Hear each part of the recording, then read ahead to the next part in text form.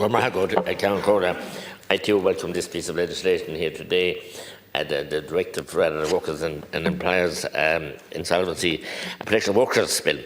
And I'd hope with interest in Deputy Gould and the lecture he's given people here. I mean, we all have. I first of all want to declare that I'm part of a company that we employ up to 25 people.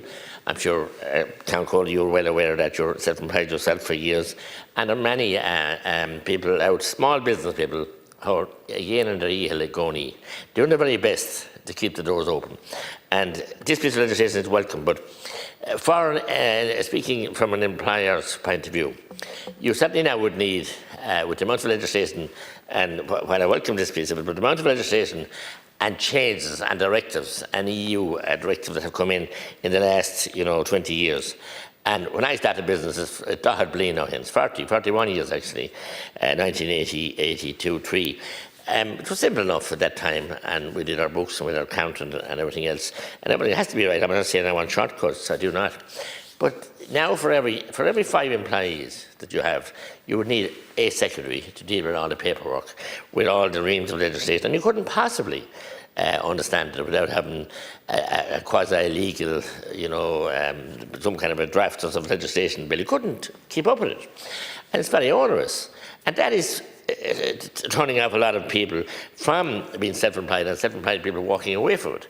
I see people, and they've left and they've gone to Canada and they've gone to Australia, and the cost of living over there is high as well, and the cost of houses, but they can run a business and have employees and abide by the legislation, but they're able to make a profit and come back home here and try and set up a business. We want to encourage that as well, but the bureaucracy here is crazy.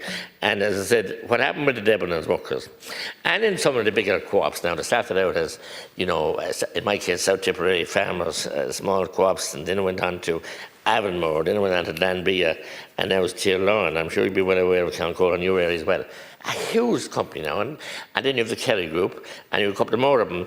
And I was forever praising the likes of Monaghan Co-op and the Tipperary Co-op in Tipperary and Arabon, but Tipperary Co-op have run into difficulties recently, and they've had to have an amalgamation, and their workers are being displaced due to that amalgamation. And I have to salute the board members of the Co-op. Through the decades, they held the reins tightly, but they got in these whiskies and they went mad with borrowing, and they got themselves into huge trouble.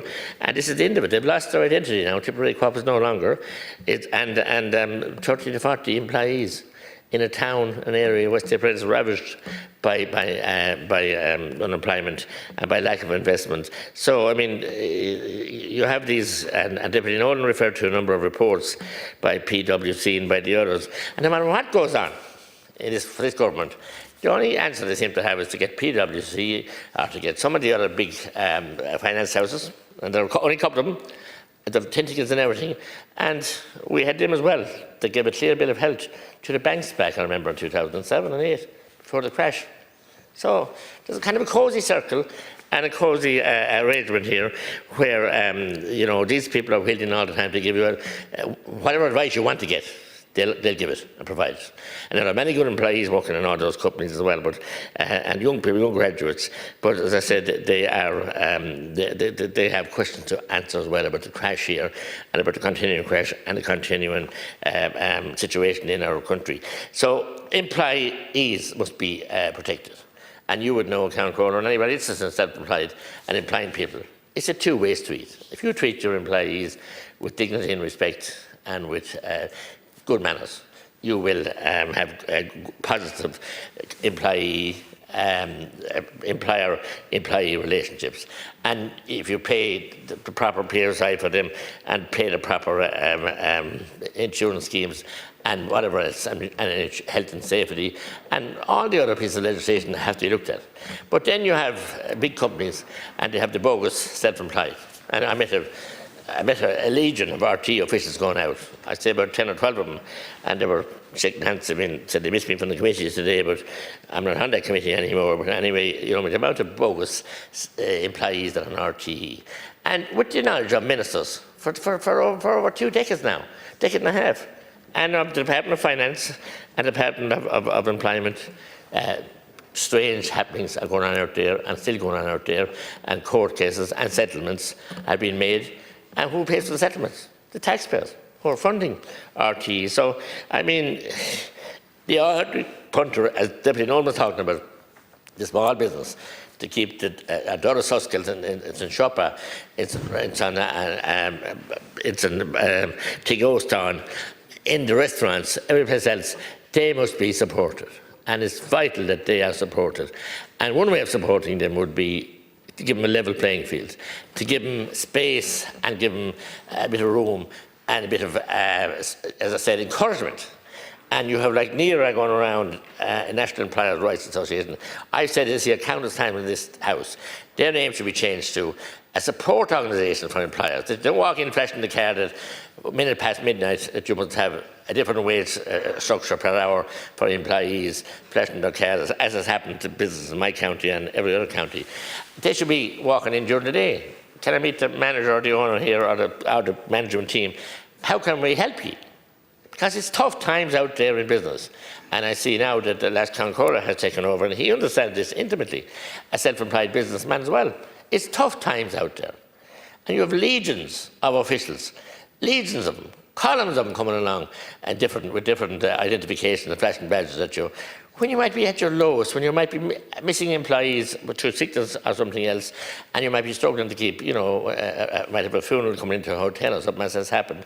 And they're there on their travelling expenses, driving around the country. Near now, I think, have 5 different offices in the regions around the country. As I said, these people need to be reined in and need to be asked listening to help the businesses. I'm not saying that anyone should be breaking the laws. No. I'm not at this area either. But they should be there to help and support these businesses, not all the time the big stick and flashing the card and then you go and say a word to them, they'll make a complaint and then you're in another situation. I want to turn to Sinn Féin then and Deputy Gould with the permission of the chair. You know, he wasn't here, but he was lecturing people for not being here today. I mean, I don't see many Sinn Féin people here either. And he does understand, and the Count Colin tried to point out to him, that there are committees taking place. There are lots of other side meetings going on. So Sinn Féin have the answer to everything, but can do nothing. And there were MIAs in the last 5 years of government, they're missing in action, went to hide. They paid the price for that in the election. But their behaviour here with, you know, and what they joined in with the other groups, left and left and left and more left, and the so-called Know Everything Party, Independent Ireland. God's the wonder of them, the Sarah flag flying over as well. And they tried to deny our speaking rights. Deputy Nolan and I, that she can speak for herself, are independents, and we're not in any group, but they wanted them Muslims, because they don't like what we say, because we tell the truth. You'd be used to be independent. Not that, we're not in government. The problem with G's here, the problem with G, if I go to the chair, the problem with these lads and ladies is they're not fit for government. Full stop. They've proven that in the north. And they haven't shaken off the legacy of the bullying and intimidation and the kneecap and everything else yet. Stick to the topic. We saw what happened here last night in the chamber, last Council, when they had a gallery full of people here to organise a raucous with flags and banners. And I said it to the head usher today. Each Sinn Féin TD to sign those people in that it misbehaved last night should be restricted from having business here again if they can't obey the rules of the House. Deputy. Sorry? Just deal with the legislation. I am, but I'm addressing Deputy Gould. And if I could address the so-called freedom fighters of independent Ireland, a deputy brought in an outside person in this House with a tripod and a camera, and he made appalling videos and denigrated the good staff, the excellent staff of this House inside the restaurant, and the excellent cuisine as well. And how good that all of us. No, this is important to put it on the record. It is, yeah, but and I want to call the deputy a friend to withdraw and apologise, because he doesn't know anything about business. This is a business, the restaurant, and lots of people employed there, and the bar, and the house, and the ushers. And to denigrate this house, and his workers, and his staff, and his cuisine. Deputy McGrath, I accept all of that, but yes, this is not the place for that conversation. This is about legislation. This is the problem here with this house. To the legislation. Yes, I'm doing my best today, and I understand the legislation. I deal with job of it. And I'm an employer, but it's not for a political party here to be the answer to everything, cause raucuses and disturbances like that. There should be some issue that where they have to pay the price. Otherwise, we'd have bedlam in this House. If I bring in a visitor, I'm responsible for anyone else. But Sinn Féin seem to have their own law. So they decided after the election, when they lost it, to sulk and obstruct this House and do any business here for months. Nothing was done, as you know yourself, last Controller, and in the interest of so-called, I don't know what. So back to the legislation, yes, it's needed. But we must also have some kind of an impact analysis, which we seldom have here on any legislation. Whereas legislation is bedding in, give it a year, every piece of legislation should have a kind of recall, a reassessment, but very little of it has here. We implement a piece of legislation and it's left there on the books, and whether it's good or bad or different, it's left play on, and companies and small businesses are trying to, trade and continue trading underneath that legislation without any kind of an impact analysis of the possible downsides to this legislation. Because in fairness to the drafters of the legislation, they're not going to be able to see all the different impacts that it may have or might have. So there should be some kind of a system where you can go back and amend it, or assess it at least, with a view to amending it after